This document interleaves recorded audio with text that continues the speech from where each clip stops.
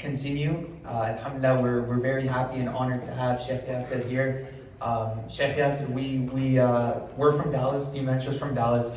We always see you, alhamdulillah, and it's an honor to have you here in Chicago as well. We want to hear from you, first of all, how was your day? You know, it's been a long day, of course, all the way here. Tell us a little bit. Assalamu alaikum wa rahmatullah. Alhamdulillah. That's a nice question. Hardly anybody ever asks the speaker, how are you doing? They always jump into, tell me this and do that. So it's nice you humanize it. How is your day been going? It's a little bit hectic. I just came back from a trip yesterday. I'm going on another international trip tomorrow. So this literally is one day squeezed in. But other than that, alhamdulillah, alhamdulillah, we thank Allah for every single blessing He has given us and always look at the positives, alhamdulillah. So thank you for asking. Alhamdulillah, may Allah put barakah in all your efforts, and we as a community really do appreciate it. So inshallah, let's go ahead and, you know, what we have for everyone is a panel to try to understand your perspective on how entrepreneurship comes into play in building up the ummah, and especially us as youth, taking the responsibility to innovate and make sure that the next generation is equipped with what we need to have a bright future for our entire ummah, inshallah. So when you look at the next generation of Muslim builders and entrepreneurs, what makes you optimistic, and where do you think the most amount of guidance is needed urgently? So both ends of the spectrum there. Okay, so what makes me optimistic is the fact that your generation is uniquely situated to aspire and envision opportunities that have never existed hitherto in all of human history. You are being given the technological tools of centuries of research, and the leaps and bounds that we are seeing now would have taken centuries to take place, and they're happening in weeks and days and months. It's weird for me to say this. I am not that much older than you. I know, look at, but I was born in an era where there were no cell phones and internet. And it's difficult for me to imagine how I lived my life as a teenager, as a college student, without cell phones and internet. It's difficult for me to even go back to that time frame. Yes, I went to university, there was no internet. I went to university, nobody had a cell phone. That's how and how quickly all of that has changed, where the information that you have accessible in your pockets is more than what an average person would have had a lifetime to achieve. You can figure it out in 10 seconds. And the swiftness of all of these changes and the capabilities that your generation has are totally unprecedented. Along with this, your generation is blessed to have, alhamdulillah, good, solid Islamic foundations. Again, I grew up in this country. In the 90s, there was not a single bona fide alim that spoke English as a mother language. Think about that. And everybody who's my age and older knows this. There were plenty who came from overseas. We respect them. They laid the foundations. May Allah bless them. But speaking English fluently, no, not a single person. Not one. And you guys are spoiled for choice. You guys just log on YouTube and you have, mashallah, dime a dozen. All different stripes and colors, more flavors than Baskin Robbins. What type of Islam you want, what version, what fiqh, what this and that. You got the whole 9 yards. In fact, you have other issues because of that, but that's a separate issue altogether. My point is, at your fingertips, you have deen and dunya combined. It's being handed to you on a silver platter. You take it for granted as if all of this is nothing. That's a fitna, it's a trial, but it is also a potential.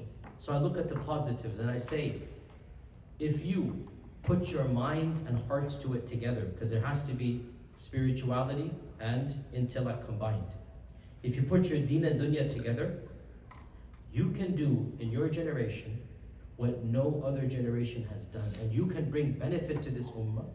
And you can change the course of history. I'm not being melodramatic here.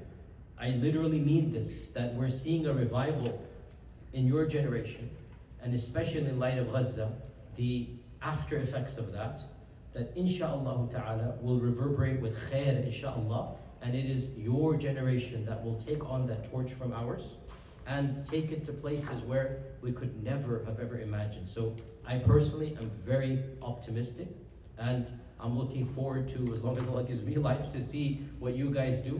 And I advise all of you to aim high, to aspire, to be imaginative and creative, to have high goals. Don't short sell yourselves. Don't. You have potential and talents and capabilities and opportunities that no generation before you ever had. Take advantage of it, be sincere, and you will go very high, inshallah. Inshallah, inshallah. Jazakallah khairan for those beautiful remarks. That's exactly what we're trying to do, by making sure that we're equipping ourselves in terms of innovation, entrepreneurship, and everything that we're focusing on over the past, or today and tomorrow. Inshallah, we can get into that stage where we're making the most out of the tools that we have and investing into ourselves to make sure that we have a brighter tomorrow. But on that note, with the fact that innovation is something that is what's going to change the world, how much do you believe that entrepreneurship and innovation is what plays a role into uplifting our ummah, especially from us youth? So obviously, innovation and entrepreneurship are some of the key backbones of how civilization works. See, as Muslims, all too often our khutbahs or durus kind of concentrate on the spiritual, on the legal, on the theological side of things. That's understandable. But parallel to that, Islam has always had its civilizational strength. Unfortunately, in our generation, that is the one thing that you typically haven't seen. For the bulk of Islamic history, we had entrepreneurship, we had technological innovation. We were the leaders. This isn't some romanticized, mythicized past. This is the truth. For 1,000 years, the Muslim civilizations, because there were multiple, were the leaders in every single field. You know the King of England in the 10th century, he has a ring that has the kalima on it. He wasn't a Muslim. One of the kings of England, King Offa I think his name is, you can look it up. He has a ring with the kalima on it. Why? He had no idea what it said, most likely. It was just cool to imitate the superpowers. And who were the superpowers? The Muslims were. They were the ones leading. You know, in the 10th century, if you wanted to become a doctor in England, you know where you had to go study? Andalus. If you wanted to be an MD in 10th century, you had to leave England and you had to go study in Muslim Spain to become a doctor. These days, people leave Muslim lands to go study MD here, right? What changed? It wasn't our spirituality. It was our civilizational strength. So my lectures and khutbahs, if you listen to them, a lot of times I'm actually going to mention the stuff that some of the preachers don't mention too much, which is the other side of the equation. It's not just spirituality. There's also an izzah that comes, a pride that comes with accomplishing worldly things, which unfortunately our generation, my generation and yours hasn't seen. For 100 years, we haven't had, some nostalgic caliphate and whatnot. Okay, we don't have that. We still have technology. We still have business. We still have the mechanisms and means to contribute. So I advise all of you to contribute in areas that will bring not just spiritual growth, civilizational growth. And for civilizational growth, the two main branches are technology and commerce. Technology and business. Those are the two main branches of civilization. Do something that benefits people in the dunyawi sense, or create a business and become, mashallah ta'ala, blessed in a worldly sense, so that you can finance things. Money is, again, go back to the seerah itself. Some of the Sahaba that Allah blessed with wealth, they weren't known for narrating hadith, they weren't known for memorizing Quran, they were known for being people of wealth. They financed that which the ummah needed. Look at Uthman ibn Affan radiallahu anh, when the Muslims didn't have money for so many things. And that's why the Prophet said, nobody's money benefited me like the money of Uthman. It comes in handy. He creates a well. There are people starving. He purchases the whole well. He makes an entire well for the city. He does this. He finances the construction of the masjid of the Prophet ﷺ. You needed to do that, right? All of that khair. Why? Because he was an entrepreneur. because he knew how to buy and sell. And his benefit was just as much needed as the benefit of the academics, the intellectuals, the spiritual side. And again, I say this as somebody who is trained in the Islamic side of things. Don't consider that the only way to contribute to Islam is on the Islamic side of things. Contributing on the entrepreneurship side is contributing on the Islamic side. Being the best you can be in the world, in your class, in your field, while you are visibly and proudly a Muslim, is one of the best contributions you can give to the ummah. I'm telling you this as somebody who studied on the other side, where a lot of times say, oh, you want to be a benefit, go into the masjid and memorize the Quran, and that's great, do that as well. But for every one scholar, we need 10,000 that are successful in the dunya. I'm literally flipping the script. For every community, you just need one scholar. How about the rest of the people? The rest of the people need to be doing something successful in the dunya. They need to be the best and the top in their fields across all fields. I know this is, entrepreneurship, but I'm talking about everything, whether it's academics, whether it's journalism, whether it's, creating businesses, whatever it might be. We need Muslims in every single field contributing at the top 5-10%, and that will be one of the biggest mechanisms of bringing about a civilizational revival of the ummah, which is what really we need along with the spiritual revival. That's beautiful, that's beautiful.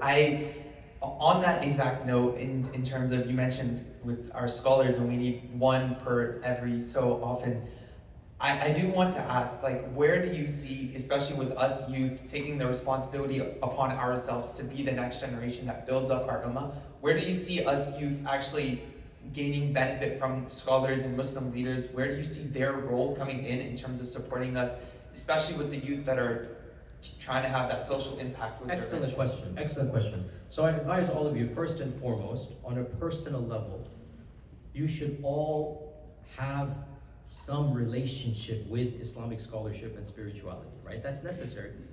It doesn't matter what your field is, you should know your religion to a certain extent. I'm not saying specialize, give up some years, memorize the Quran. As I said, yes, some people need to do that, but the bulk of the ummah, most of the Sahaba didn't memorize the Quran, by the way.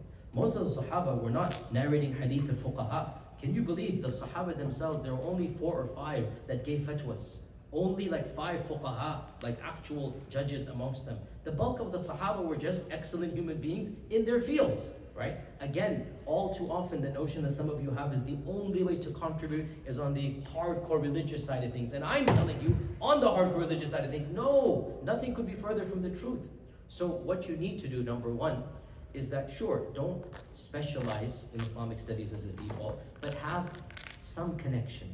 Once a week, listen to a lecture. On the way to the drive, you're driving in the car, something, have some knowledge, because knowledge is something that will motivate you. It's going to be a form of backbone, a framework. It's going to give you your spiritual boost that you need. Number two, in your particular field, there's always going to be some Islamic etiquettes and ethics, some norms, some halal and haram. Whatever your field is, you need to know in your field what is allowed, what isn't allowed. Because our religion is comprehensive. And sometimes you might actually be the one pushing the ulama to tell you what is halal and haram. I'll give you an example. I know it's a bit of a tangent, but inshallah you'll find it benefit. One of the projects I'm involved in, we're talking right now about AI and Islamic ethics. This is cutting edge. Nobody has done this because AI is new. So what are the protocols of utilizing AI? What is allowed, what isn't allowed? Where would it become haram? Where would it be problematic theologically? What's a gray area? This is uncharted territory. And you know who's pushing me and us to do it? It's people like you in the fields. It's those that are involved. I got a call from, as a Google search, I forgot, somebody working at some of these companies okay, Shaikh, this is happening, what do I do? I'm like, whoa, this is way beyond my pay grade. But listen, summarize it, put it in an email, I'm gonna consult, I'm gonna come back to you. They're pushing us. We need the people in the fields to come and tell us, this is what's happening. What is the Islamic protocol? Right now, as we're speaking, AI is gonna be making some very important ethical decisions. And scholars, fuqaha, ethicists, theologians, are going to be consulted by people in writing the code. And by the way, this is happening not just in the Muslim circle, in other circles as well, right? So we need you to be aware that, listen, you have a speciality and scholars have a speciality, And sometimes the two of you need to cooperate together. So whatever your field is, right, make sure, if it's like, like trading, entrepreneurship, by and large, this is a done deal. So you will find specialists in your field. Make sure you know your field's halal and haram. Make sure you know what is allowed and not allowed, so that when you undertake your journey, you are in the safe zone. But also, if it's not done yet, if it's cutting edge, you can help us in this regard as well. And then the third thing, obviously, it is our role, our responsibility to encourage you. I hope I'm doing this over here as well, to encourage all of you to be the best you can be. Islamically, we should motivate you. That's what our job is as, inshallah ta'ala, people of knowledge and people carrying the prophetic responsibility. We want you to succeed in your religion and in your civilization, your dunya. And succeeding in your dunya as a good Muslim is succeeding in your religion as well. Is that clear? We want success in both. What is the most famous dua in the Quran? You should all know it. رَبَّنَا آتِنَا فِي الدُّنْيَا حَسَنَةً and فِي الْآخِرِ حَسَنَةً. Allah wants you to be successful in dunya and akhirah. Allah wants you to have this world and the next. That's the ideal. We want to have good lives in this world, and we want to have good lives in the hereafter. So our job is to encourage you to make sure you maximize that potential. And together, inshallah, we all have a role to play. Your role is just as important as mine and vice versa. I need you, you need me, we all need put together. Our umbrella is the same, our goal is the same, and that is the pleasure of Allah subhanahu wa ta'ala. Our paths are slightly different, but the ummah needs that diversity. Y'all heard it here first. You got to make that connection with the scholars and draw upon that with the cooperation, so we each play a role. And with that, I think that is what better opportunity to give you guys an opportunity to ask questions to Shaikh Yassir Qadhi and hear from him, because that is one form of drawing that connection and getting that those personal questions asked and answered. So inshallah, who has some questions for Shaikh Yassir? Yes. Assalamu alaikum, Shaikh Yassir Qadhi. Thank you so much for being here. I just had a quick question. How can young people ensure their intention stays sincere when money, status, and recognition comes before? Very good question. How can we maintain sincerity when money, status, and fame is shown our way? It's showered upon you. Firstly, sincerity is never a one-off process.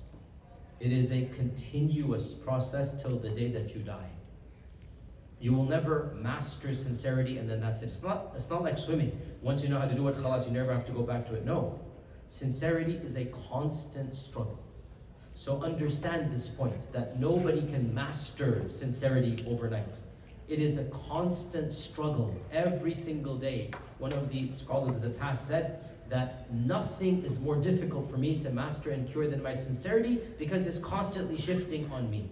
So understand this point, number one. Number two, if you cannot master, or it's not, if you cannot put in an effort to be sincere now, then the effort later on will be much more difficult.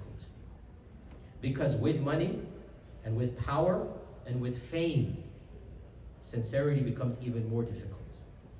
So at this stage, from now, before the money, power, and fame come, you already have an established lifestyle that is indicating to Allah that you are sincere.